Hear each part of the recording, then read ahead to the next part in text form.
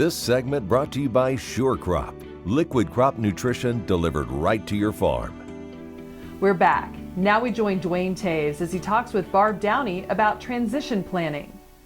Duane Toews joining once again with Ag AM in Kansas, and an opportunity to catch up with Barb Downey, Downey Ranches, KLA president. Barb, we think about the business of agriculture. Unfortunately, there are too many operations that don't think in business-like terms. And I know you've got a special cause that you think more people should pay attention to and start planning now. I do, Duane.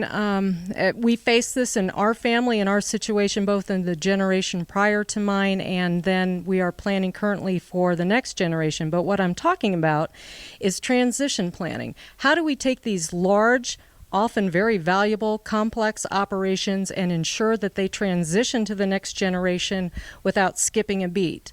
You know, a lot of operations do a very good job of tax planning, and making sure that we don't hand everything we have to the government. But what we fail to do oftentimes is plan on how to transition that business successfully. We think about why that's such an important point. Given the current average age of a producer today in the United States, there are some significant holdings that are going to transfer to another generation in the next 10 to 15 years. And we really need to try and do that as seamlessly as possible so that production agriculture continues to do what they do best. Yeah, I'm on the younger end, and I'm 55 years old. So a significant number of my peers are even older than I am, looking at either retirement, health concerns. I mean, you and I never know when that bus is going to hit us when we're crossing the street someday. We can't plan for when we will die, but we can certainly plan in terms of our business and our estate for what happens when we do. And one of the big issues, and we've heard for a number of years, there have been people that talk about this, as bringing that next generation in and how you do that in a manner that's fair, equitable to the parents, but fair to the kids as well.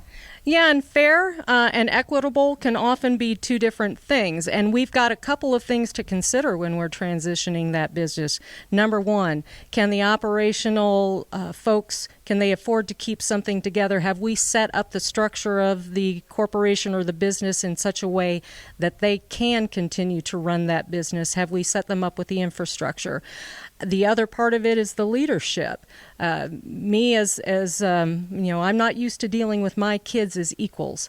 And when they come back to the operation, should I be so fortunate that they would, I've got to have a plan in place where I'm starting to develop leadership skills in them, develop them into independent thinkers. Their vision for our business may not be my vision. I've got to recognize that as valuable and have set up a competent professional to take the reins. And the realities are, as you referenced, they're going to have new and differing ideas from what mom and dad may have had.